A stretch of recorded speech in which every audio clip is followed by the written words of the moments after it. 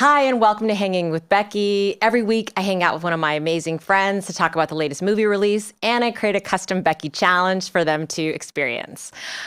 This week, I have one of my longtime friends, James Hancock, who's a YouTuber and producer and podcaster, and we've been friends since we met as interns. Summer '98. Summer of '98. We worked for Saganis' production company Out of the Blue. We became good friends. And then we saw, you moved out to LA and we saw a bunch of movies together, played racquetball. We were together on the night of 9/11. We were. Which is crazy. We were supposed Way to bring the show down. Yeah. Yeah, sorry. No, just to show how long we've been friends. But we were supposed to play racquetball that night, and we decided to escape to the New Beverly. And what movie did we see? I think it was Pursued by Raoul Walsh, but me, it was White Heat. White Heat. It was White Heat. The same director, Raoul Walsh. Yeah, look at that. You remember. So White Heat.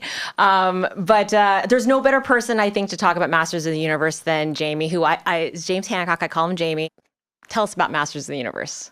And your experience with it. I discovered Masters of the Universe sometime in '82 when a kid brought Beastman to school for show and tell. I took one look at it and I was like, all right, that's the coolest thing I've ever seen. Begged and pleaded with my mother until we went to the toy store. I started building my own collection and started reading the mini comics and getting obsessed.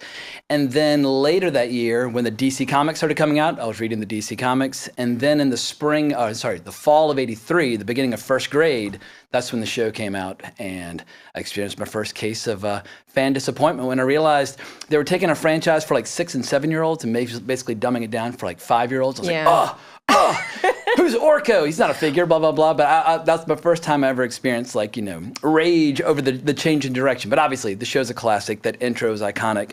And then right around the time, a little bit before the movie came out in '87, the Canon Films movie, I had completely and totally lost all interest due to, like, first Transformers and G.I. Joe kind of pulled me away.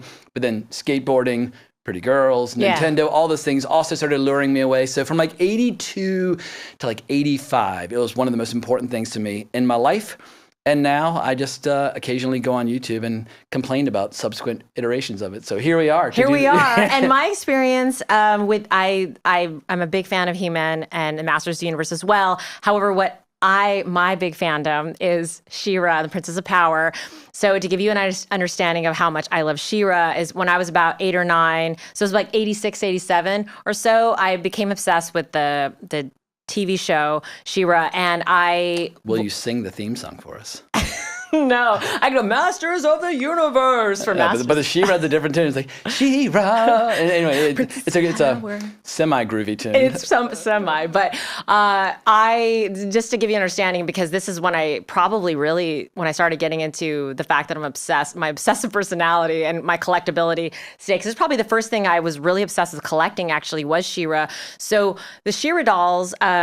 It's funny. I didn't really buy them at Toys R Us. There was a department store called Broadway that I used to go to. They sell all the She-Ra dolls there. So the She-Ra dolls, I believe, were like $4.86. And my parents gave me $4 a week in allowance. And I begged them to give me $4.86 a week just so I could buy a doll a week. And they said no.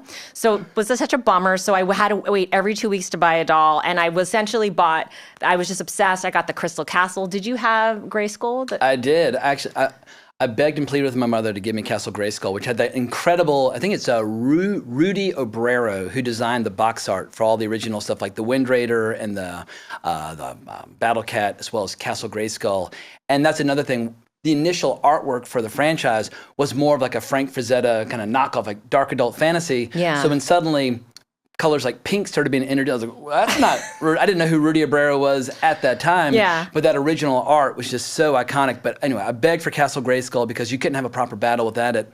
And when my mother told me that she had picked it up, I searched and searched and searched in the house until I finally found it in the top of a closet. I like pulled down a blanket and I was like, there. But I had to wait until Christmas to open it. But of course, dumbass that I am, I walked into breakfast that morning. I was like, I found the castle. She's like, well, then you're not going to get it. I was like, oh no. Anyway, I did get Castle Grayskull and Snake Mountain and a bunch of vehicles. And yeah, it was a hell of a time to be a 6-year-old kid. A hell of a time. And so I know I have some of my I still have these, just so you know how much I'm obsessed with She-Ra. I brought some of them here. This was my original She-Ra doll from 1986, right here. And I had Catra, who is, she was like the chief lieutenant of the Hordak. So This is Catra, and this is her cat Claudine. These are all from the 80s. I didn't. Is she wearing a thong? You looked at the back for a second. She's not.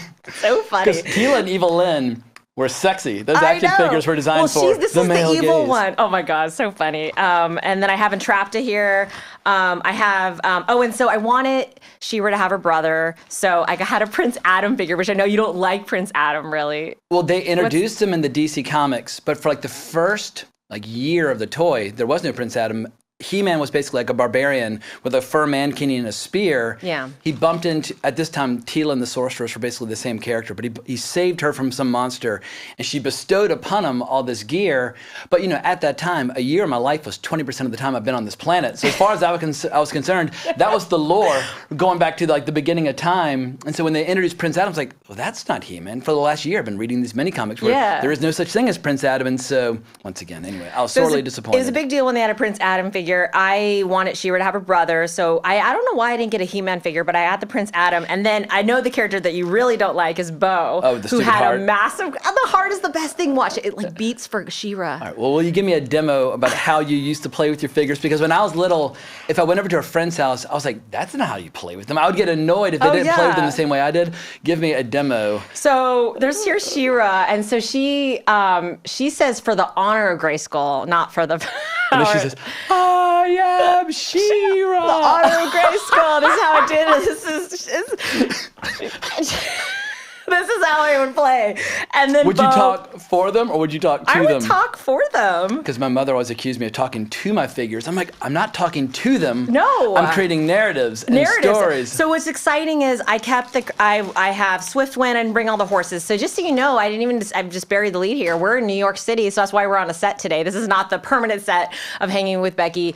I just happened to be in New York this week. I went here for a Radiohead. I'm obsessed with Radiohead. You'll learn that about me. There was a big art installation in New York. I decided to come, and then I'm like, wait, I'm in town. Let's do a Masters Universe was releasing this week, and I decided, hey, let's do an episode of Masters of the Universe. I thought Jamie was the perfect person because you live in New York, and we both grew up in the 80s, so I thought we should cover it. So I only brought some of my, these are just a small of my collection. I have the Crystal Castle at my house. I have Swiftwind. So I have you never all had of a them. phase where you started destroying your figures? Because when I was 10, no. once we realized there was a chance that girls might come over, we started setting them on fire, putting firecrackers in their joints, doing everything we could to get rid of the toys, because the last thing you'd want is for girls to come over and see a bunch of action figures lying around. Oh my gosh. And so all of our destructive impulses kicked in. Since I was obsessed with She-Ra, if I was a girl coming around, I would have thought it was so cool that you had He-Man. It would have been attractive to me. So. Well, yeah. Back then, Tony Hawk was what was attractive to girls. So I grew the skater cut and the whole deal. If you met Geeky Becky when she was a kid, you liking He-Man would have been the most attractive thing to me. But kids, their interests change every year. Between age 5 and 10, or even 5 and 20, I feel like every year it's healthy if you're constantly just going, oh, I want to play an instrument now, or I want to get into hiking, or whatever the case might be. And so it's hard to build a franchise on 5-year-olds where in 5 years' time, they might be totally divorced from it altogether. And I think that's part of the big problem with this franchise as a movie franchise moving forward. How do you build a franchise? Do you build it for the old fogies who have nostalgia? Yeah. Or do you try to market it to little kids where they might grow out of it in half a decade? It's a complicated creative riddle, and I think this movie maybe came right up to the edge of solving it, but not quite. I think people in their 40s and 50s are going to have fun talking about it.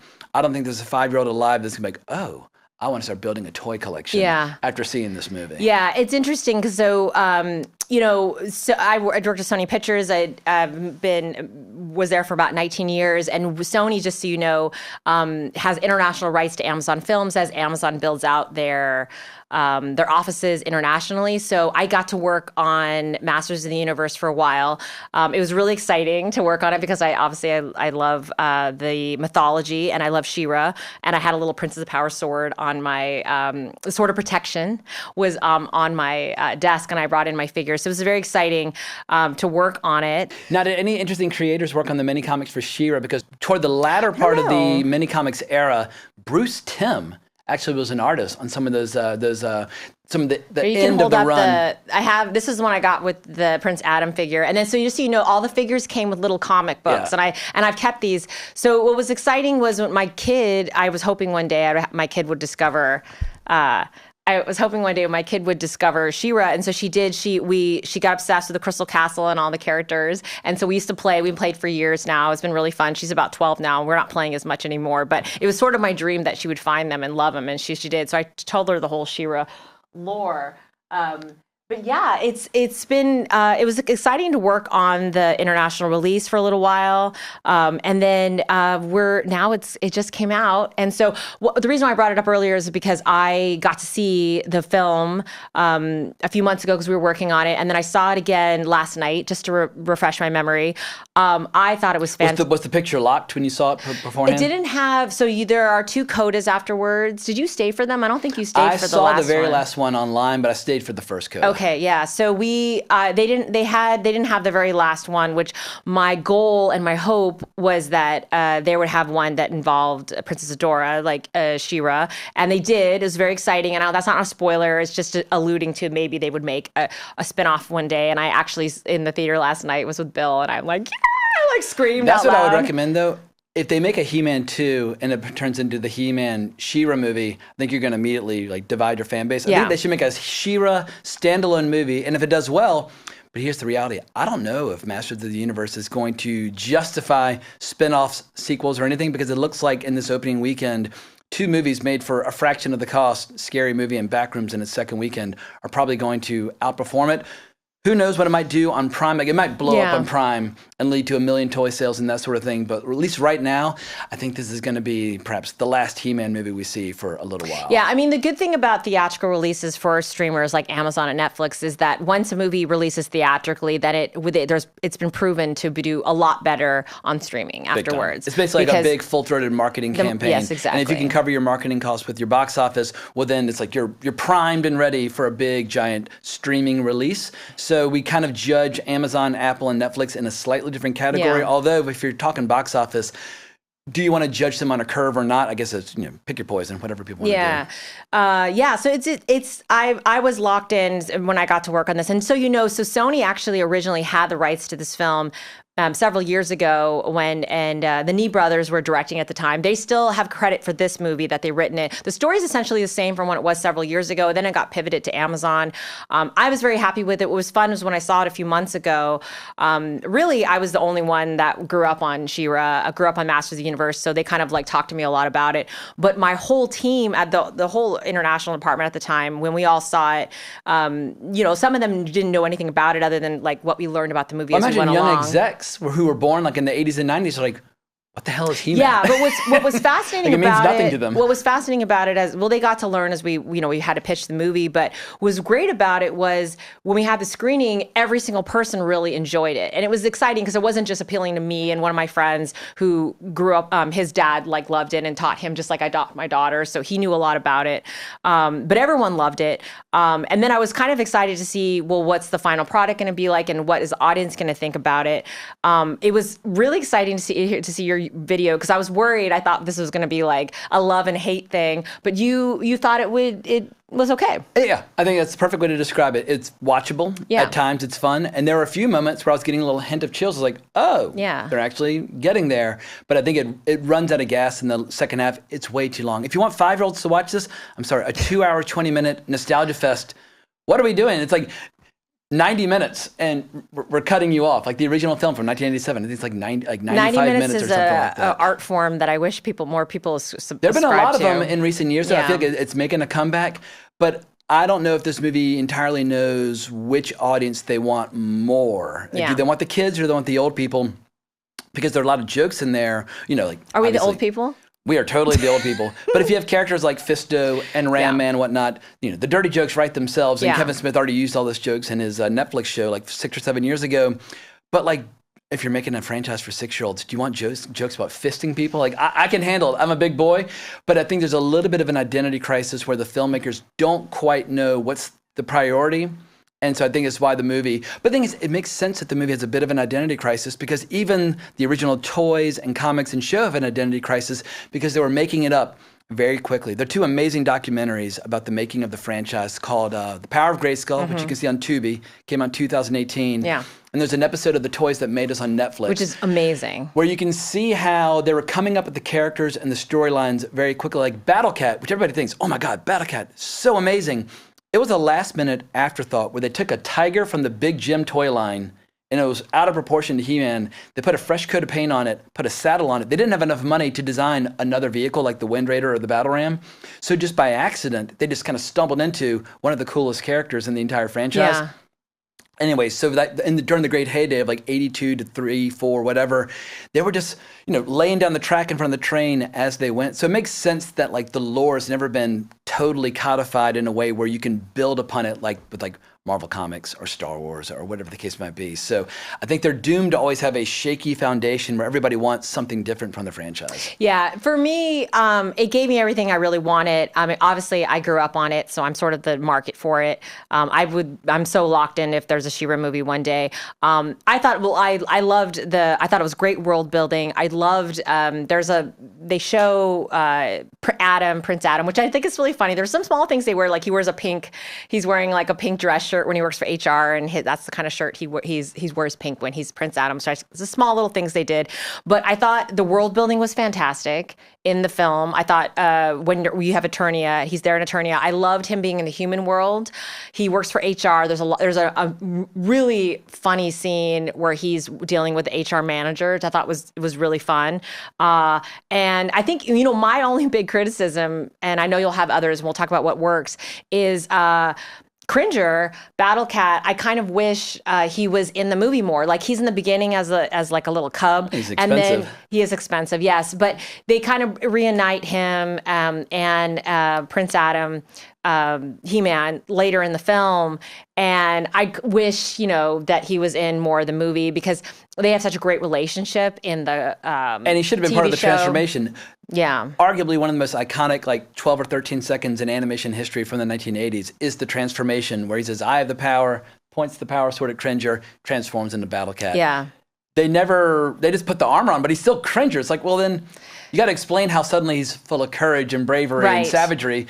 Cringer is supposed to be a coward, and Battle Cat's supposed to be, hell on wheels. Yeah. Or at least it by the lore of the cartoon, starting with 1983. They did show Cringer as a sort of a coward. He's a sweetie pie. I just adored him. And actually, I haven't checked. I wanted to before this show started to see if they have a plush of Cringer because I really want to buy one. I think he's adorable. And if he had a chance, I would have bought one and brought it to this this recording. But I that's something I actually do want to buy. But I really enjoyed the film. I thought it was great. Let's talk about what worked. What worked especially was the casting of You say his He-Man. name. You learned the rap right before we started recording. The Anne Hathaway rap, we were watching it before, is Nick Galatine. Is that right? Galatine?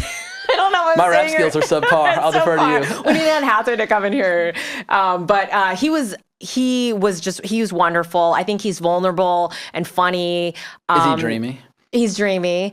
Yeah, I mean, he's not really my type, but he's dreamy for the role. I think you really found him believable as somebody who's wrestling with like who he is and not really being able to be in a human world where he knows who he is, but everyone thinks he's crazy. Then he gets to actually prove that like he is who he is when he goes to Eternia. He has great chemistry, I think, with all of the characters from Eternia. And I think I thought Skeletor, was Jared Leto was, I mean, he's, hit and miss a lot. I thought he was. Just putting it very diplomatically. Well, that's who I am. I'm diplomatically. I really enjoyed him as Skeletor. I thought, and actually I'm representing my Skeletor shirt today. I thought he was fun. He was, I really liked the interpretation of him. I thought he looked great. I love the muscles. I love the way they did the eyes. I thought he looked amazing. And I love Evil Lynn. There's a balance of humor here. I think they do a nice balance of humor. I really enjoyed the whole film. That might be my one criticism because I feel like it was all humor. Yeah. There was very, very few scenes that were like heartfelt or sincere. We could kind of getting invested in the world. Really? There was like some maudlin emotional scenes, but when it comes to getting invested into a tale of high adventure, and admittedly, the show was geared toward a very young sensibility. Yeah. There were strict guidelines back then, but if you're going to have a movie with people with like tanks and swords and cannons and monsters and whatnot. At a certain point, you have to allow the audience to get invested. And I think it's got a bit of the quit problem that they've learned from Marvel, where you're never allowed to kind of settle in and get invested in the world because they're just constantly having silly lines about, Fisto. Yeah, there are some serious moments. Like in the beginning, the film is sort of set in Eternia in the beginning, and you see Skeletor come to take over, and they send off He-Man, sort of like Superman in a way, too. Yeah. The parents send him off. That is a serious section. There are some serious moments with him and his father later that I thought were moving. But yeah, I mean, it's up to you to determine if they're moving or not for you. The movie really worked for me. I'm pleasantly surprised that you didn't hate it. That it didn't come across as a hostile, insecure man, baby. Jamie is very cynical, and so I was bracing myself. I said, you know what? I already know that I love this movie because I saw it a few months ago, so I'll balance out Jamie's hatred. So when Jamie did a YouTube video a few days ago, I was so excited because I'm like, over the thought last their 10 things years, worked. we've seen a lot of franchises lose their way, whether it's Amazon, like Lord of the Rings, Rings of Power, or Disney, Star Wars, or even Marvel. Like there are a lot of franchises that are like, ugh. You're like food that's been in the refrigerator for a little bit too long, and it's just it's lost all of its flavor. And it's, a lot of poor creative decisions. So I was braced for a complete and total creative abomination. But like even the original 1987 movie, which people like to make fun of, does have its moments that are very sincere. Like Meg Foster's Evil Lynn and Frank Langella's Skeletor. Mm-hmm. Have their moments where it's like, oh, this is actually, it has stakes. I believe that they're villains. I believe they're capable of horrible things. Alison Brie, who I love and adore, all she does is just kind of say silly things throughout the movie. I want Evil Lynn to be evil. Like it's in the name. Like in the original movie, she does that great bit where she turns into the mother of Courtney Cox, and lures her out and like has her bring some item to her. But you believe her as Evil Lynn. I think the movie needed a few scenes that would scare the kids in order to give it a sense of actual drama or stakes. Like even at the very end when He-Man's riding off, all the characters are doing the Adam meme. Like, everybody knows it from social media where you take, because the movie or the show had those kind of stock clips that they would use over and over again to save money. And the big one is the leaning back to laugh. So you've got the entire cast sitting there doing that stupid leaning back to laugh thing. It's very meta. It's very self-aware. And once again, it's hard to get invested in something if they're doing Twitter jokes during the climax of the movie, when what you really want is soaring emotion, He-Man and Battle-Cat riding off to kick all kinds of ass. I don't know. Yeah, I guess it's at the very, very end, and it's and I've heard different things too. When we had seen a few months ago, that worked for some people, it didn't work for others. It was fine for me. I thought I enjoyed it, but yeah, it's not going to work for everyone. I think that this film is worth watching. I think it will probably do really well on streaming eventually when it comes. But I think it's enjoyable. So if you're interested in it, and if you grew up on it and you're a kid from the 80s, I think it's definitely worth checking out. I thought I like I said, there was genuine world building.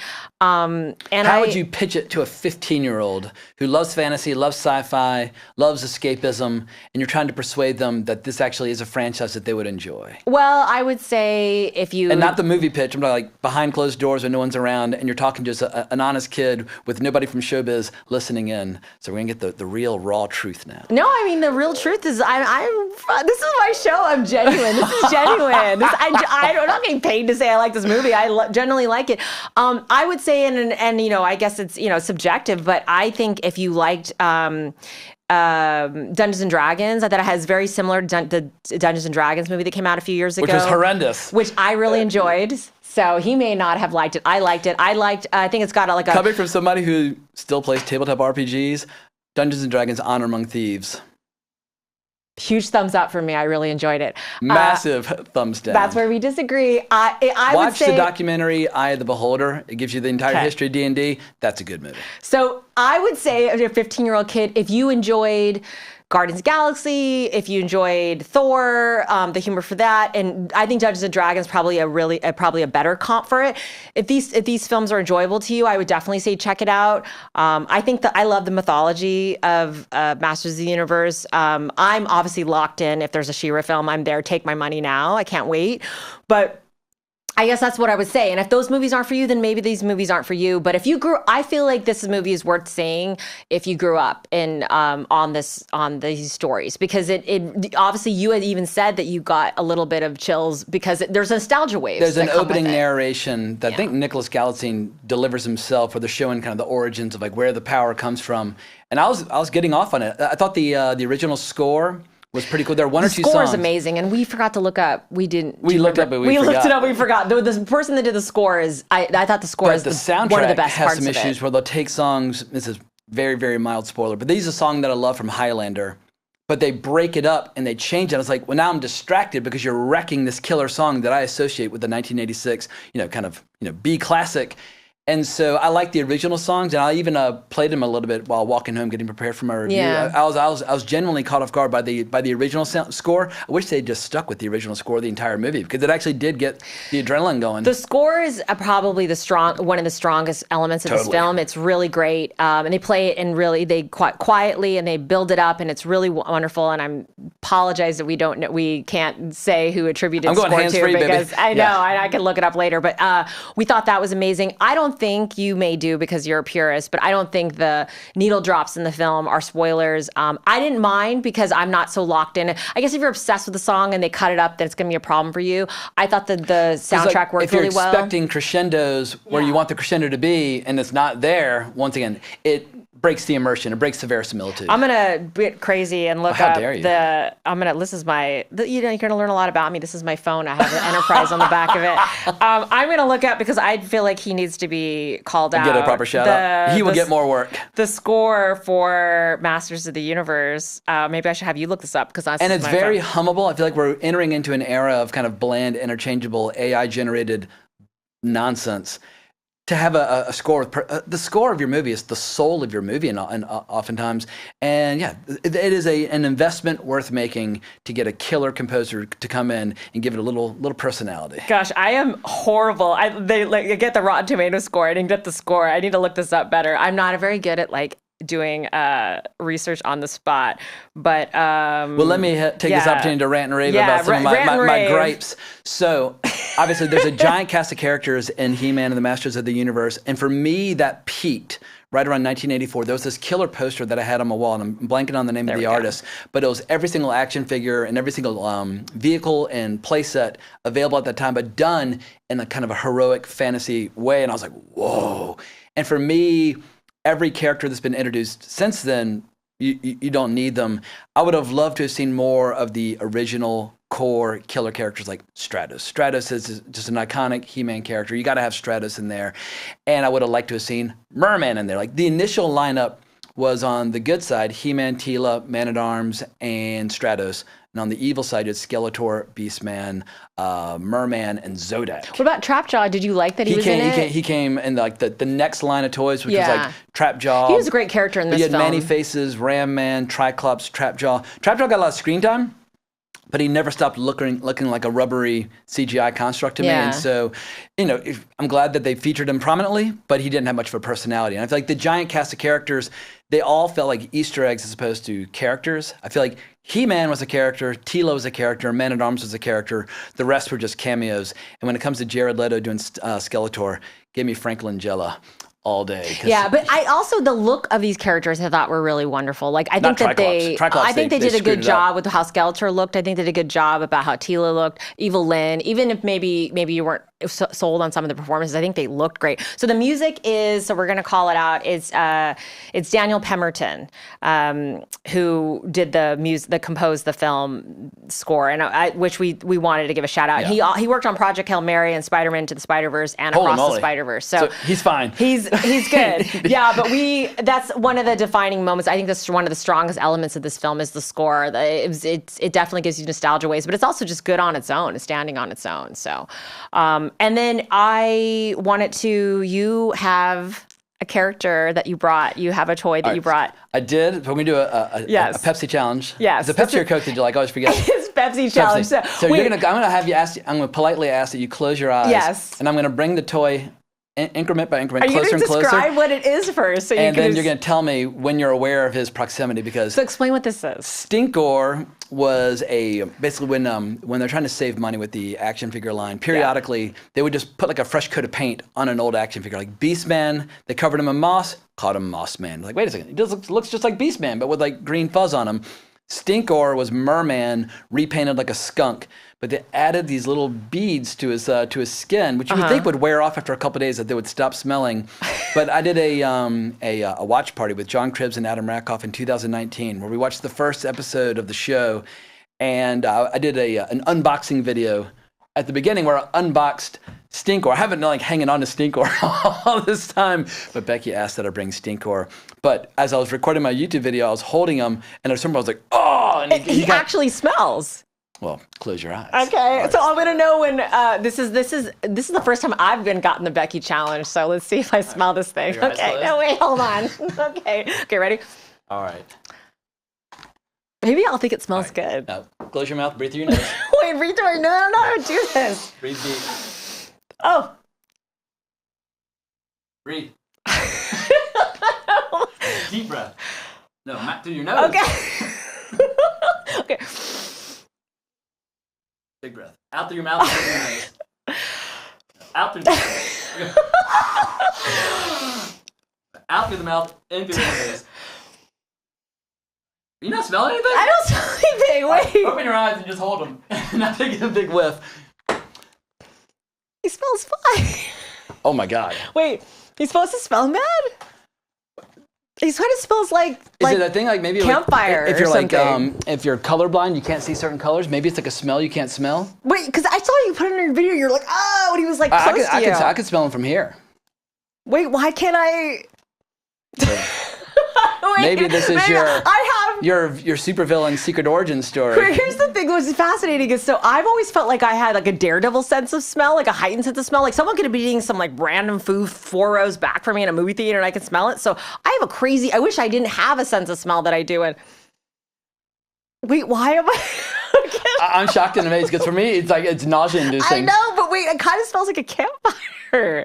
But it's one of those things where like. Wait, what's wrong? I thought this was gonna be like the biggest thing because I was gonna think it smells bad. But different people perceive colors and smells in different ways, and I think it kinda might smells be like one of those like weird genetic traits where it's actually very pleasing to your It actually to your is senses. kind of pleasing. But you think is this? Did you say that people like hate it working with the factory when they? One of the 2 documentaries, I Wait, think it was where Power does of he smell Grayskull. the most? They And talked the about whole when they thing? were This is making the adorable, by the figure. way. People in the factory were passing out and complaining, and it was just and totally insufferable to create the character. But anyway, I hate I think it's a curse that I have this heightened sense of smell, and I think he smells fine. maybe it's a gift. Maybe it's a blessing. This is crazy. I thought I was I'm going to send you for Christmas a perfume based on Stinkor. Oh yes, you'll never want to hang out with me now. And you can see So how people fun. around you respond to the, Oh my God. to the pleasing odors. Wait, of can you Stinkor. smell it? You Yeah, smell it. Yeah, it's wretched. What? Look at his face. What? Yeah, so out through the mouth. I like how you're not smelling it right. You were telling me how to smell. But you were breathing. You were breathing in through your mouth. Like no, in through the nose. Like, it's like, if you take a bong hit, you Let me get real. you exhale. And I then don't you know how to take a bong hit. I don't know. I don't do that. Okay. It's fine. What's wrong with me? It's so fascinating. Wait, do you want to put it away so he doesn't? You don't repel? This is your show. Apparently, I like him. So fun. Oh, and then it's just funny. This is an interesting thing. So when Jamie and I met when we worked at a production company, Alexis Sikanis' production company, we worked for Tom McNulty. And what's interesting is Tom McNulty was our boss at this production company, Absolutely. and he's the SVP of film at Mattel. So hi, Tom, if you're listening. Hey, Tom. We loved working with you. I need a video where you recite scenes from Midnight Run, but also I want to know what are the Mattel lines that have not been exploited ever as a show or a movie that Mattel might be grooming? Because obviously Barbie, He-Man. I mean, in the 1980s, they have Hot Wheels, Uno. Yeah, like She-Ra had. I guess I got to ask you about this. There is a theory. There's a hypothesis that when He-Man very briefly started outselling Barbie, people at Mattel like, oh well, we got to have an additional line geared towards girls. Some have hypothesized that one of the reasons that sales for the Masters of the Universe toy line in '86, which were at $400 million that year, but they plummeted to 7 million Yeah. in 1987. One of the key factors was She-Ra changing the brand, and boys like, oh, well, I'm going to play with G.I. Joe and Snake Eyes and Storm Shadow. But weren't and that you sort of already being gravitating towards G.I. Joe I think it's anyway? a combination of factors. I think, kids were getting, I was no longer 5, I was 8 or 9, but also like they flooded the toy shelves with too much subpar product. So suddenly in 1987, shelves were packed, nobody was buying. And that's when the movie came out, and the movie also bombed as well. They're hoping the movie might help resurrect the interest, but it's one of the greatest boom and bust cycles in the history of entertainment, where they were selling $400 million in plastic on an annual basis, and then it collapsed to 7 the following year. My theory is that She-Ra played a role in some boys losing interest. That's insane to me. It's a totally different spinoff. So just because there was just because he had a twin sister. But there was overlap. Yeah. Well, so if you guys did there was the crossover The film. idea behind She-Ra is that she is the twin sister of Prince Adam, that she was kidnapped when she was a baby by the Hordak. Wasn't Hordak Skeletor's teacher at one point? Yes, he was. That's revealed later, that the Skeletor's teacher, Catcher, who's like the main villain, is right under the Hordak. She's kind of like the chief lieutenant of the Hordak. But so He-Man is actually saves his sister from the Hordak, and then she ends up becoming like they work together. But so He-Man's the one that saves her. Then she realizes who she is, her origins. She is meets all these friends, and it's wonderful. But have you ever seen the character design for She-Ra done by Moebius for the Masters of the Universe movie in '87, and the unused character design? So Moebius, legendary comic book artist Jean-Giraud Moebius, he was also the storyboarder for Jodorowsky's Dune, that did that giant Bible with all that incredible art. But legendary artist, he was brought on early on to design all the characters for Masters of the Universe. His design for She-Ra, you're like, whoa, like that would have been killer. She would have been an amazing character, but sadly all we have is one drawing. But you should check it out. Yeah, I should check it out. It is interesting, as I said. I'm sort of like an obsessive collector of things, and it is interesting that I think She-Ra probably was the first sign of like how I literally was begging my parents to give me $4.86 a week just so I could have a doll every week. So I wanted every single She-Ra doll, and then it transitioned. Did you have the entire initial line? I didn't have the entire line. I think ultimately something happened, and I think maybe something else got deterred. I remember I got really into Dokken, and then one of the big problems with all these action figure lines things in the 80s was that you would have that incredible first line, whether it was G.I. Joe or whatever. Then like the next year you'd have a pretty good line. But the problem was it was very tough for kids to go back and get the initial figures, like the key central characters. And so in 1986 or 87, if a kid just wanted to get Beastman, Skeletor, Evil Lyn, He-Man, Man-at-Arms, etc., they would go to the store and like, well, who's this giant elephant creature like blasting water? They wanted the core characters. Yeah. And like same with like G.I. Joe. I remember for years, every time I went to the store, I was like, maybe this time I'll get the original Snake Eyes, because I lost the original Snake Eyes, but it'd be all the new characters. And they needed to find a way to keep the old characters in circulation alongside the new ones. But it was a common problem across multiple toy lines. Yeah. You could never get the original badass characters. They're always launching new ones. Yeah, I could see that. And that might have been a reason why. I did like the little, it's just fun to see the little, like I said, obviously there's a nostalgia, the fact that you kept your characters, that I still had the little comics that I had. I burned my characters. I bought this in 2019. Oh, you did? Yeah, for the watch party. Did you burn your characters? What just happened? Why did you burn your characters? Just Oh my God. 10-year-old boys are violent.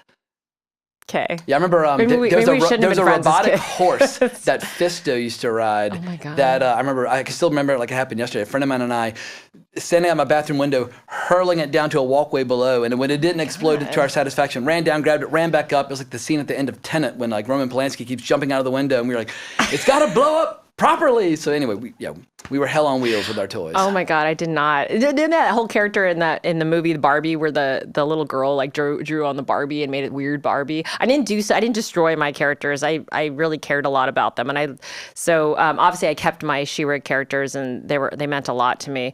I kept my comics. Yeah, and then we wanted to mention before we pivot into the Becky challenge, and I'm going to quiz Jamie on some trivia here.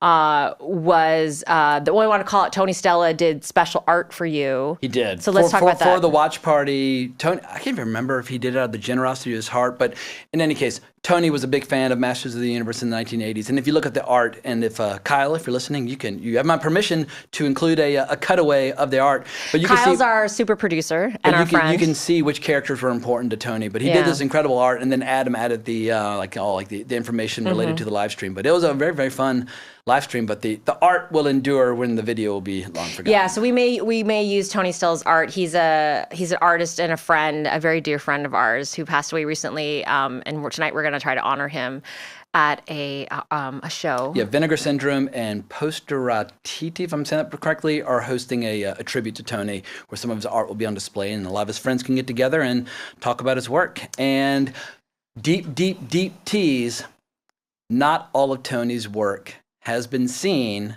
but there is a film coming later this year where some of his art will be featured. And that's all I'm allowed to say at this time. Yeah.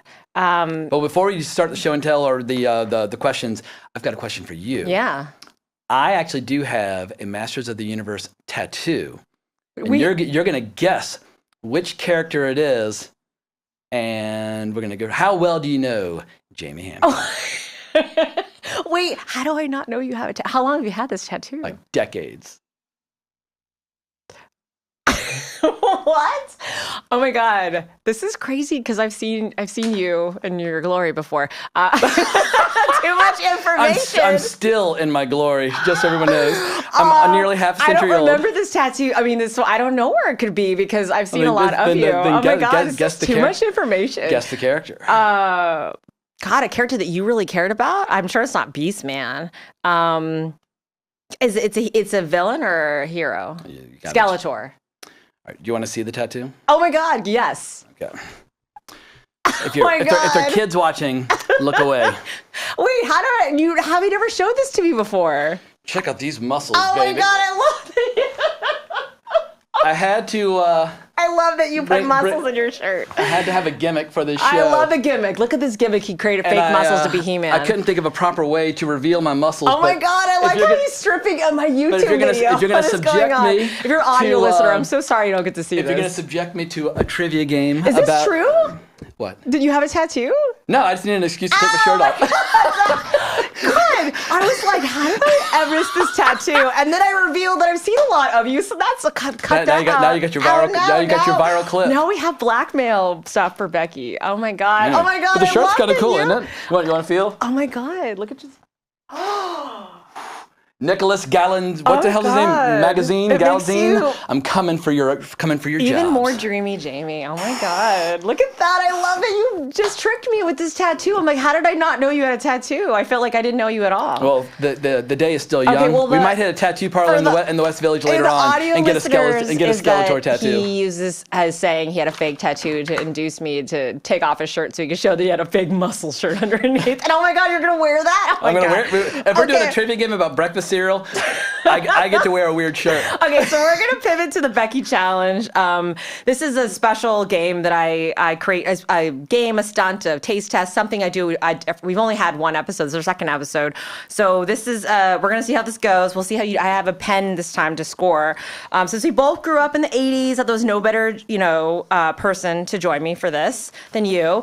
I created a game intro. I'm going to read it here because I wrote it. So you're going to have to listen to me read it here. If you're, so this is the game intro. Are you ready for this? And if memory serves, these questions come from like Sky Wingfield and like the Film 89 crew and some other people. They had ideas and I ended up doing them on my own. But yeah, our Wrong Reel community had some say into like what I would give for you. But I originally, idea behind Becky Challenge is that I'm supposed to quiz you on something you're passionate about. So I originally came to Jamie and I was like, hey, do you want me to quiz you on like Orson Welles or like obscure film trivia or whatever? And you're like, no, let's just. No, I said let's make some viral clips and talk about franchises I hate. I said let's talk about Alex Kurtzman's Star Trek or Disney Star Wars or Rings of Power or any of these things. I was like, let's embrace the hate and feed the anger and so on and so forth. Get you some ad revenue. But yeah, but I don't want to do that. She said no. We're going to talk about cereal. I'm prepared for questions about cereal. Okay, so this challenge is the Becky Challenge, Masters of the 80s is what this is called. And so I am going to read my little intro because I thought it was fun. So Jamie, okay, we've known each other since 1998, but today we're traveling even further back to the decade we both survived. It's time to find out whether your 1980s knowledge is as legendary as your film knowledge, because Jamie knows more about movies than anyone I've ever met. So that's what I really wanted to quiz him on, so you could see how amazing he is. But we're going to test him something. He might get some of these wrong. So welcome to Masters of the 80s. I'll ask questions about the movies, television shows, toys, music, and pop culture that defined a generation. Get enough right, and you'll become a master of the 80s. Get too many wrong, and you'll be sentenced to rewinding VHS tapes for eternity. Okay. Are you ready? Be kind, please rewind, as they used to say at Blockbuster. Okay. So round one is Saturday Morning Legends. So question one. And when you say Saturday Morning Legends, I'm assuming you're talking about the era of Saturday morning cartoons prior to the arrival of cable, where that whole model kind of got imploded? Yes. Okay. Jamie's one of the most eloquent people I've ever met. So just so you know, I'm going to go off topic for a second. One of the things I love about Jamie is when we used to hang out when we were in our early 20s, I could tell Jamie some huge long story and spend like 20 minutes going through some story of mine, and he would like reiterate what I said in a 10 times more recap, baby. eloquent way and a much more concise fashion. And I used to write synopses for Phoenix Pictures. I did it day and night. I know, but Take a screenplay and turn it into 2 sentences. I never knew I could have said it that way, and it's like was much more eloquent than what I just said. But Jamie's amazing. So okay, and so exactly that's what he just regurgitated the question in a better way. So question one, Saturday Morning Legends. Are you ready? Bring it. What animated series featured a team of freedom fighters battling the evil Emperor Ming on the planet Mongo? That was Flash Gordon. What? Emperor Ming. Ming the Merciless. I have Defenders of the Earth. I don't know what that is. Did I get this wrong? What is Defenders of the Earth? That's what I looked up. I don't know. Maybe I got this wrong. Well, I'll just say but I also might be wrong because I don't know if Mongo's the name in Flash Gordon, but Ming the Merciless is the villain played by Max von Sydow in the film. I think that's what I did sometimes. I mixed up some things. Sometimes I mix up things to get you to question you. So who's going to be pressing the rewind button after that one? I think Viewers, you decide. I'm giving it to you wrong. Okay. And Ashley, bonus points if you can sing this. Which cartoon's opening narration began with the line, "Life is like a hurricane here in Duckburg"? What cartoon? Wait, is that DuckTales or? Yeah. Okay. Can you sing it? Yeah. DuckTales, woo. I can remember like the horns, like dun dun dun dun. Yeah. But look at you. Life is like a hurricane here. Anyway, I used to love DuckTales. That was fantastic. Waste time. But that was not a Saturday morning cartoon. That was a weekday afternoon cartoon. You're right. Yeah. Because so you know, and this is another thing you're going to learn about me. When I was in junior high, I used to miss, because we had, you could record stuff on VHS, but it was on in the afternoon. And so I was on during school, and I wrote a letter to the station to ask if they could please put it on later so I could watch it. And they didn't listen to me. But I was so obsessed with DuckTales. I'm like, please, can you put it on when I can watch it? It was delightful. But I did a similar thing when G.I. Joe was big in the mid-'80s. And my mom signed me up for tennis lessons, which would interfere with my G.I. Joe schedule. And it was one of those things where it was like 3 episodes in a row, and I was going to miss the climax. So I walked halfway to where I was supposed to be for the lesson, walked around, pretended like I'd gone, and then I managed to sneak home just in time to catch the full episode, because tennis was low on my list of priorities versus G.I. Joe. It's hard to take you seriously wearing that muscle shirt. Don't mind me flex for you. I'll just do poses the rest of the video. I don't know, but it's so dreamy. Okay, what was the name? Nicholas. Coming for your work. You got some competition here. Okay, so question 3. What was the name of the transforming robot made from 5 robotic lions? Different lines of toys? Lions. Oh, it is Voltron, yeah. Yeah, Defender of the Universe, yeah. Sorry, I didn't say that well. Okay, got that one right. The last question in round 1 Voltron, is... it ruled. Yeah, it had a different name, though, in Japan, but they could kind of recut it, repurpose it. This happened a lot in the 70s and 80s, where something would be amazing in Japan, have a huge audience, but it wouldn't quite translate. So an American company would come in, change the intro, change the song, add a little additional stuff, like like Battles of the Planet, things like that. Like I think it was called Gatchaman originally. Voltron was a repurposed show, but that was my first Japanese animated show that I was totally obsessed with. And this is why. Look at you with the commentary. Oh my God. Yeah. Okay, question 4. Which toy-inspired cartoon featured the villain Baron Karza?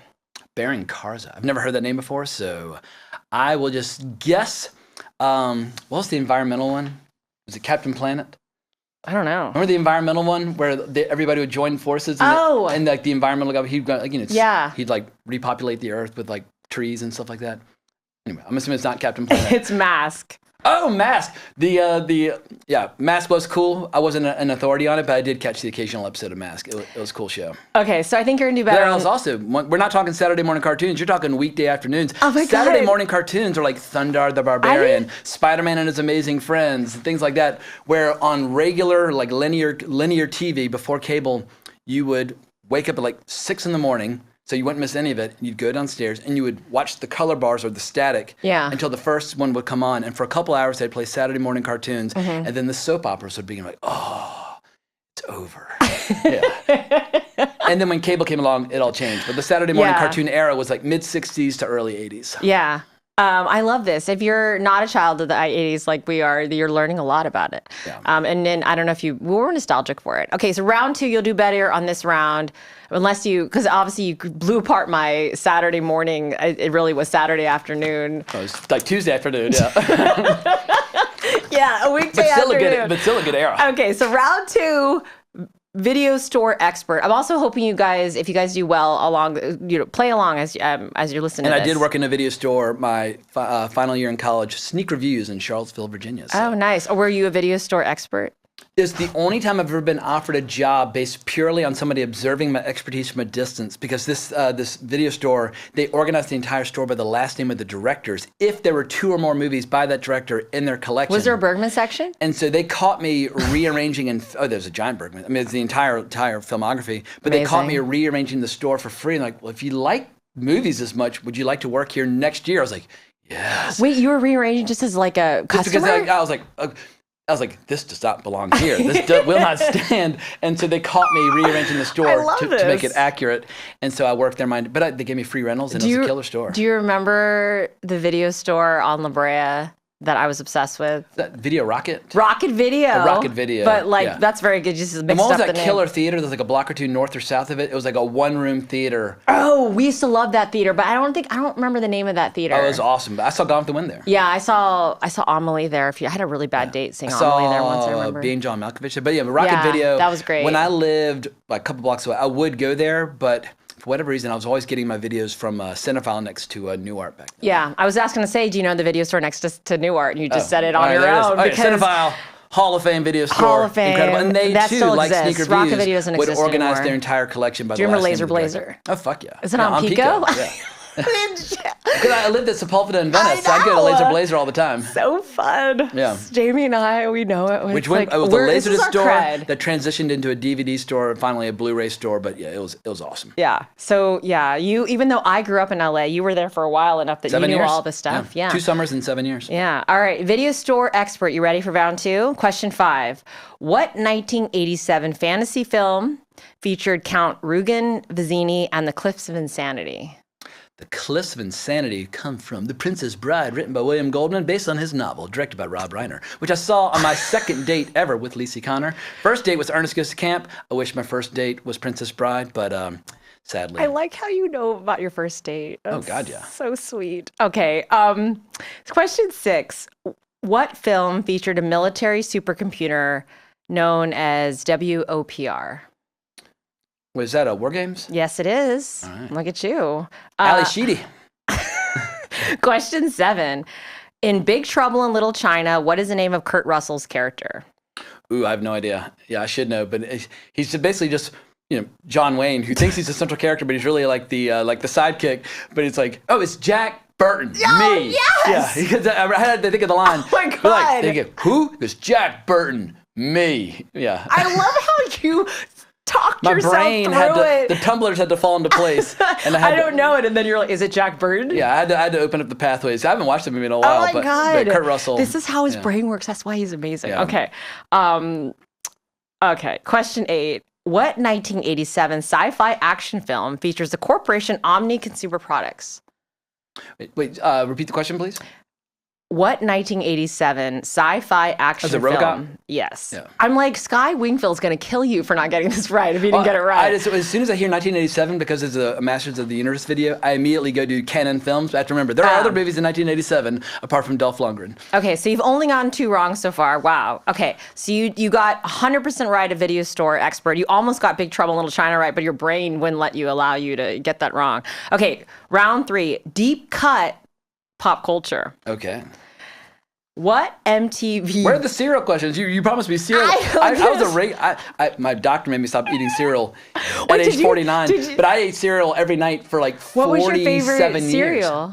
I mean, as an old man, I would eat like healthy stuff, but as a kid. No, as a kid. Just the most vile, disgusting substances you could possibly put in the human body. I might still eat that stuff. Like what? I mean, like whether it was Count Chocula or Cinnamon Toast Crunch or Honeycombs or Sugar Smacks. I mean, all of them. General Mills, Post, all that crap.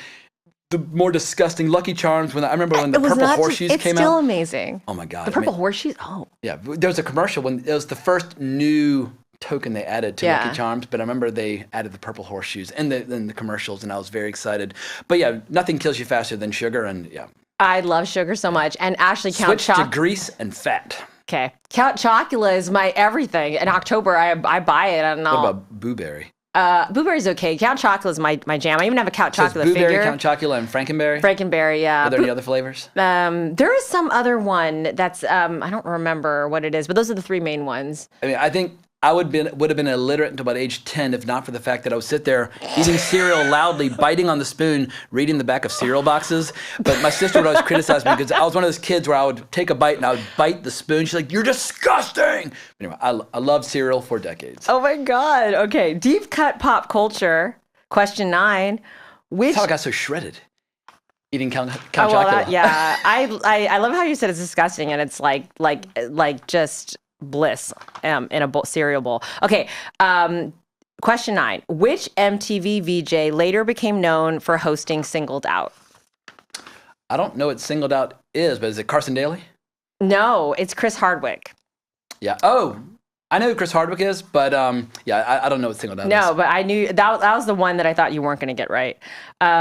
What charity supergroup recorded this hit single, We Are the World? We are the world. I know the song, but it was, Ray Charles was at the core of it, but obviously it had everybody on planet Earth in it. Yeah. I don't know the supergroup. But I saw the video a million times. Yeah. And when we would drive around the car with my dad and my brother and my sister, he would play it, and he would play a little pop culture trivia game with this, where every time a new singer would start, he would point and have us guess. And so it's how I learned who a lot of these people were by playing. Remember Cyndi Lauper? She was so great in it. Yeah. Yeah, she's great back then. She was great. And Michael Jackson obviously was like the best part of that song. Yeah. It's USA for Africa. Okay, gotcha. Okay. Yeah, and like Bob Dylan was great in it. Yeah, a bunch of people were in it. Okay, so question 11, what sitcom alien from the planet Melmac had an unhealthy obsession with eating cats? It was Alf. Yes. Question 12, last question in this round. What arcade game featured a yellow hero navigating mazes while being chased by 4 ghosts? Let me finish. Pac-Man. Blinky, Pinky, Inky, and Clyde. Pac-Man. Yes. But Miss Pac-Man was better. Really? Yeah. You thought Miss Pac-Man was better? It was the second iteration. They enhanced it a bit. Yeah. But it was both great, but Miss Pac-Man was more popular. Yeah. Okay. Can you whistle the Pac-Man? I can't whistle. Do you know that I can't whistle? Just like you can't smell stinkor. This is what's problem. He smells good. I'm going to give you a bottle of stinkor. Can we bring him tonight to our dinner? No, because I don't want to lose him. Yeah. Okay. I want to see if I'm the only one that, okay. Lightning round. It'll be like the new, what was it, like the ice bucket challenge when people are always dumping stuff on themselves? Yeah. You could have a new stinkor challenge. Who can smell them and who cannot? This is crazy because... I bet it's like 20% of the population cannot smell them. I can't smell him and he smells good. And did you watch JB's YouTube video? He literally is like repelled. You showed it earlier, you were repelled. Okay, let's finish this round before people go away. Lightning round, name the movie. I'm gonna name a character, you have to name the movie. Character, David Lightman. I don't know. War Games. Character, Jack Burton. Jack Burton, me. Yeah, Big Trouble in Little China. Okay. Character, Martin Riggs. Martin Riggs is Lethal Weapon. Yes. Character, Dutch. That'd be Predator. Nice. Which have you even seen? All right, I'm going to out Becky here. She loves Arnie, and she loves T2, but I remember we were recording some video about some topic, and I started bringing up some of Arnie's other movies, and she was like, I haven't seen that. I was like, anyway, Conan the Barbarian and Predator. Have you not seen Conan the Barbarian and Predator? You've had like a year and a half to get caught up on Arnie's back catalog. There's one more that I haven't seen. Total Recall. Commando. Commando. What about Hercules in New York, 1970? No. What about Pumping Iron? The documentary? I have seen that one. Yeah. Anyway, watch all of Arnie. What about Long Goodbye, the Robert Altman film? Oh, I have. Where he's got a mustache. Yes, Yeah. This is his first appearance ever in a film. Hercules in New York was earlier. Oh, really? Yeah. Okay, and they dubbed him from the American release, but now you can watch it with Arnie. I actually just saw Long Goodbye for the first time ever at the New Bev like a few months ago. R.I.P. Tony, he loved that movie. Yeah, nobody would go with me, so I ended up going by myself. But I had a fun, good time, so it was great. Fun's a dirty word. Yeah. Oh, my God, you find a dirty word. I need more wingmans to see movies with because no one will see movies with me. Anyway, character. William Mendoza. He's at the New Beverly every goddamn night. Oh, yes. I don't know if anybody goes to more movies than William Mendoza, the host of a Men on Film pod. Check out his show. Okay. But he sees an epic fuck ton of movies in the theater. Call me up to be my wingman. Okay. Sean Flynn. Ooh, I should know it, but I can't remember. Sean Flynn? Sean Flynn, I can't remember. Do you know Flynn Arcade? Is this Tron? Yes. I gave you a hint. Okay. Yeah. Peter Venkman. Peter Venkman's Ghostbusters. Mm-hmm. Childs. Childs. Ooh. Oh my God, I thought you'd get this one so fast. No, Sky Wingfield screaming at the radio right now. Oh, lay it on me. Childs? Yeah. Okay. Don't give me hints. Just crush me. The Thing. Oh, gotcha. But Childs is one of like 50 characters in that movie. Yes. And it's not the Kurt Russell character. No, he is. Do you know what Kurt Russell's character is in that? I just did a video about Thing, the 1951 and the 1982. Wait, McCready. Yes, McCready. Do you know I just did? Which comes from he's actually not McCready in the Howard Hawks produced, but I'm blanking on the name of the director. But it's from the original short story, Who Goes There. That's where McCready comes from. Yeah. But the original short story's got like 37 characters in it or something like crazy. It's magical. It's fantastic. But yeah, I actually just did a video of The Thing versus The Thing, the remake for Nothing New podcast. Did you do what was the one from like 2011 called? Oh, no, but that was interesting because it was like a prequel. I always thought it's a good idea, but it's not a great movie. Okay, 2 more characters. Conan. I mean, Conan O'Brien or Conan the Cimmerian? Conan the Cimmerian. What film? Well, there are a couple movies to choose from. There have been 3 movies. There's Conan the Barbarian, Conan the Destroyer, and Conan with Jason Momoa. It could be any of those. I will accept. Or it could be the Conan O'Brien show. It's Conan the Destroyer and Conan the Barbarian. Okay, Ty Webb. Ty Webb. I have no clue. It's a golfing movie. A golfing movie? So it's either going to be Happy Gilmore or 10 Cup or Caddyshack. Come on. Yeah. I thought you, okay. All right, bonus round. I can do Caddyshack quotes. I don't think I know a single character's name, but I can do Caddyshack quotes from now until midnight. Give me put 2 quotes right now. I've sent boys younger than you to the gas chamber. I didn't want to do it, but I felt I owed it to them. And another one, Spalding, get your foot off the boat. Oh my God. Or, I want a hot dog, no a cheeseburger. You'll get nothing and like it. Anyway, Caddyshack, very quotable movie. So, bonus round. Oh, with Ty Webb, it's like, I bet you have a lot of nice ties. Ty. He's like, what do you say? Do you want to tie me up with your ties? That's Lacey Underall talking to Chevy Chase. Anyway, it's like, one of the most erotic scenes in movie history is when Lacey Underall comes over to Ty's place and they go skinny dipping and he gives her the big rub, as they say. But anyway, it's fantastic. I lost interest in my own question. So, bonus round, real 19... I keep my audience riveted. Yeah. Last round, this is it. Bonus round. You're going to tell me, is this a real 1980s product or fake? Okay, nice. Okay, so real or fake is the answer. Nintendo cereal system, real or fake? Like SERIAL? Cereal, like you eat cereal. No. It is real. Wow, grotesque. Is it better than or worse than the Batman cereal from 1989? We should have brought it up. That was the most... Even you might be like, this is a little sweet. Well, I'm sorry. Even me? Okay, yeah, that's fair. Okay, Ecto Cooler, real or fake? Ecto Cooler? They're all going to sound fake, so yeah, fake. What? It's real. What's the ecto cooler? Oh my God, it's like the Ghostbusters. It's like Coke did it. I think it was like a high C drink. Okay. I know that's real. But you also work in third-party promotions. I do not. You got a slight competitive advantage on this topic. 2 more. You've gotten all of these wrong so far. Half of them wrong. The Nintendo Power Glove I know is real. Is one of your questions about the Nintendo Power Glove? No, you have 2 more. Ready? Cabbage Patch Kids Breakfast Crunch. Real or fake? They've all been real so far, but once again, I'm assuming it's fake. I like the Garbage Pail Kids. But it is fake. Yeah, all right. What's your favorite Garbage Pail Kid? Do you know one? Ooh. Was there a Large Marge? Yeah. Oh, I don't know. That's she was definitely from Pee Wee's Big Adventure. But in 4th grade, Garbage Pail Kids were pretty goddamn cool. And they got banned from our school. They're considered too offensive. Yeah, there was one, I can't remember the name of it, but there was a Trekkie Becky that Adam Rackoff got me the Garbage Pail Kid character card. Nice. Love Adam Rackoff, by the way, is a tease. He's going to be our 3rd and 4th episode of And you met him for the first time yesterday. Yes, so exciting. He's going to be on y'all. You did. And you know what? Our first episode, you said it was Close Encounters. Our first episode with my first time I ever met Adam was when we did a episode. I was on James Cameron's that's the video I posted That yesterday. was the YouTube video. Yeah. Oh, that was the video? Yeah, and I looked at it yesterday. I was like, we have aged. We have aged. Wait, have I aged though? I still look in great. reverse. You're like what's that Brad Pitt movie directed by David Fincher? Curious Case of Benjamin Button. Yeah, but one of these days you'll be a little toddler, like I'm Becky and this is YouTube. And so my dad thinks I'm a vampire. Okay, question 16, last one. Real or fake? Teenage Mutant Ninja Turtle pies.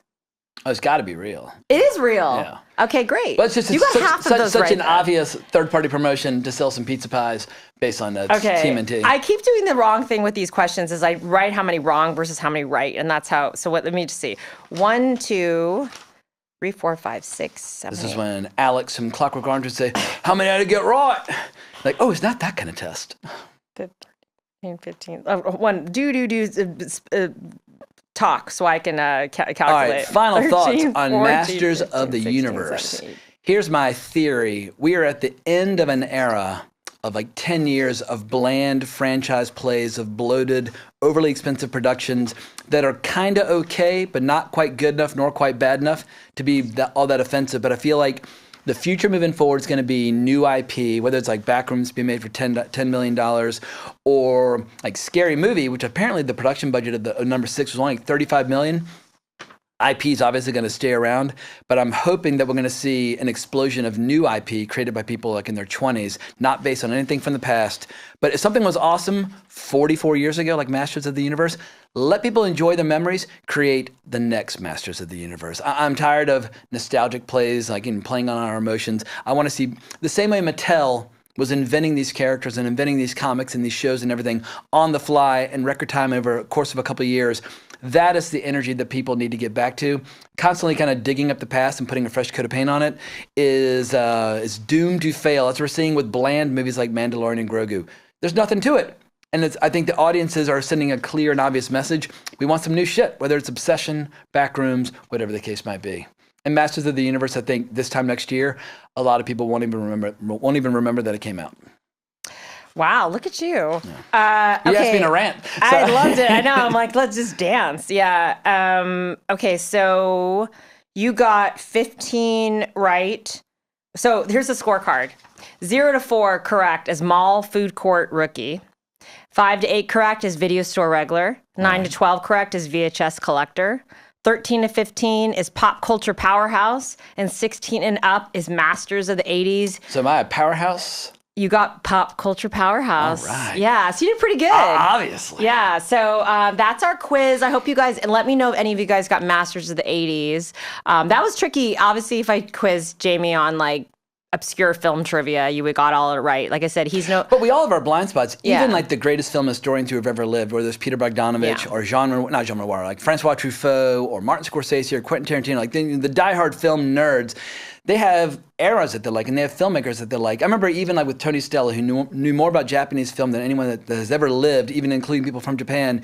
I asked him about a Japanese samurai movie from 1925. He said, "Oh, that's before my era." So even he had his blind spots. So when it comes to obscure film, there's always more to learn. Yeah, and there's always true. More to see. It's not possible to know everything. There's so many countries, there's so many filmmakers. We're constantly furthering our film education. Man is mortal. How many movies come out a year? 400 to 500. I mean, it's like you would have to watch 1 or 2 shitty movies a day to even keep up with the current crop.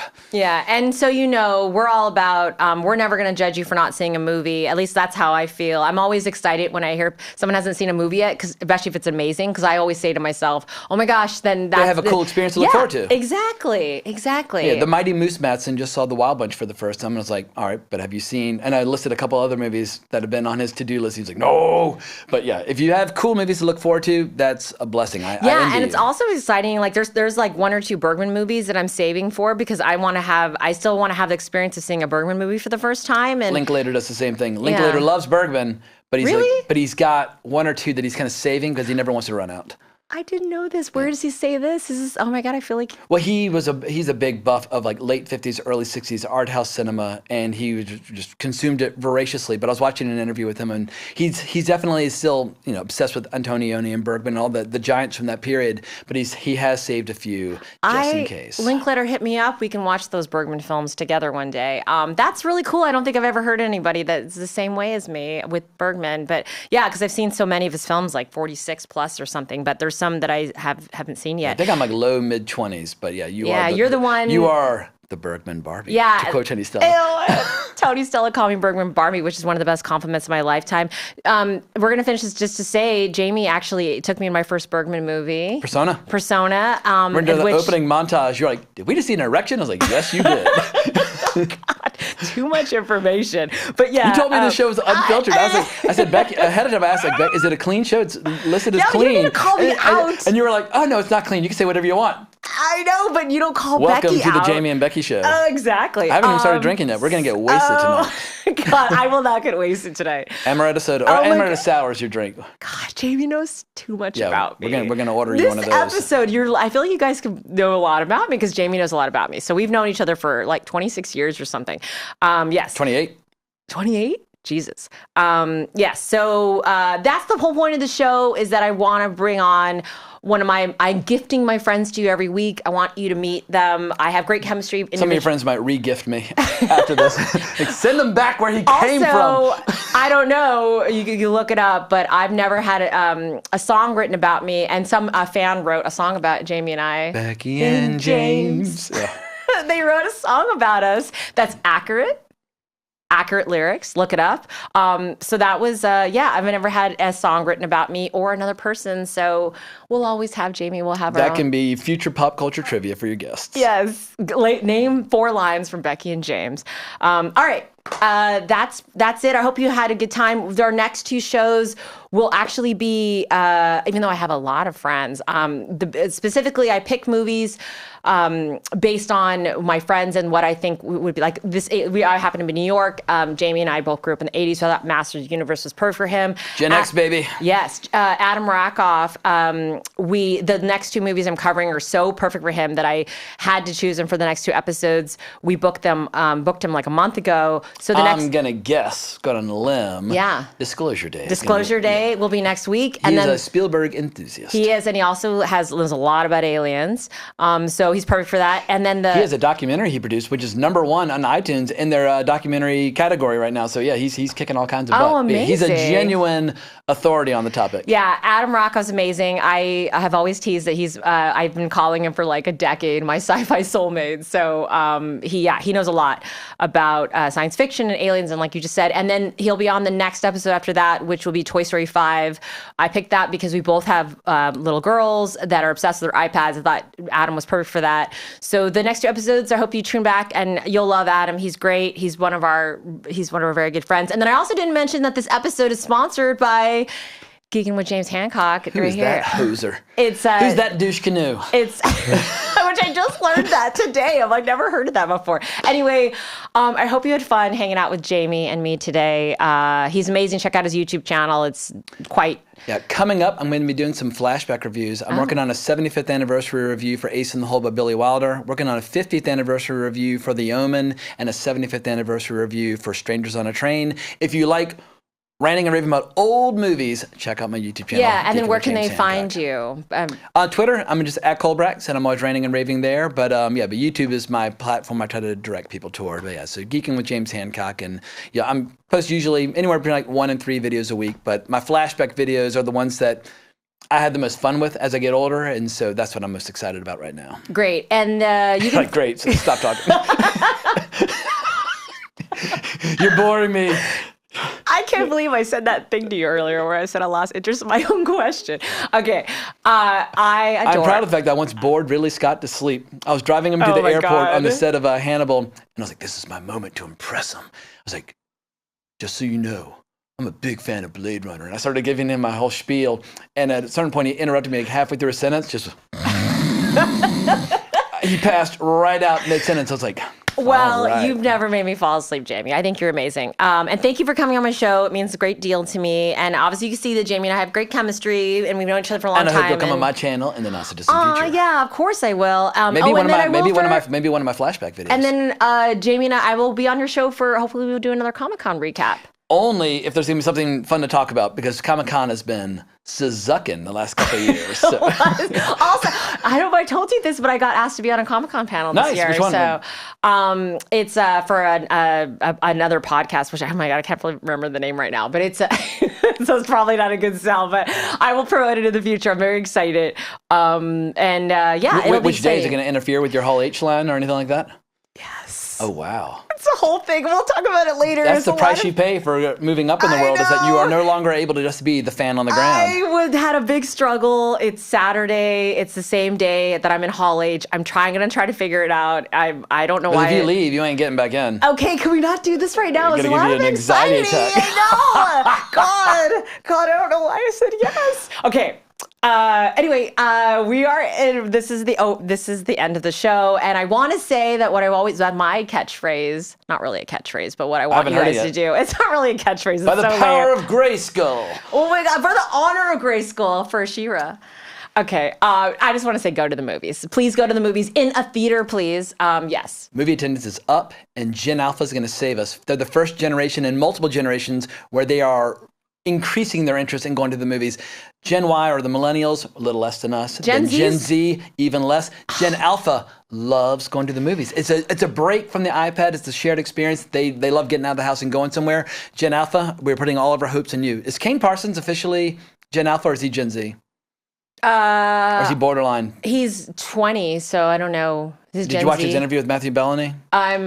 He's so bright and so talented and so well spoken. I was like, dude, like, you're making me sad at how my lack of eloquence. That dude's gonna take over the entire business in 10 years, or he's just gonna burn out and do a bunch of heroin. But like, I was blown away by just how confident and self-assured he was. He's a talented young dude. So yeah, we're putting all of our hopes. We're putting our hopes in you. Next I also really love Gen Z, and I love Gen Alpha. And please save us. We want you guys to go to the movies. This is all about, we want a long-lived theatrical exhibition. The show is about celebrating movies that are playing in theaters. So please go and check out. I really highly encourage you to see Masters of the Universe. Jamie's kind of you're on the fence. If you love it from a previous iteration, obviously go. Yes. Otherwise. All right. Well, Becky recommends it. Yeah. And you can find Hanging with Becky on Instagram, Hanging with Becky, Hang with Becky on Twitter, Hanging with Becky on Blue Sky. And then you can also find me on all the socials too, at Becky or Hollywood Minotaur. And see you next week when we're talking Disclosure Day with the Adam Rackoff. Bye.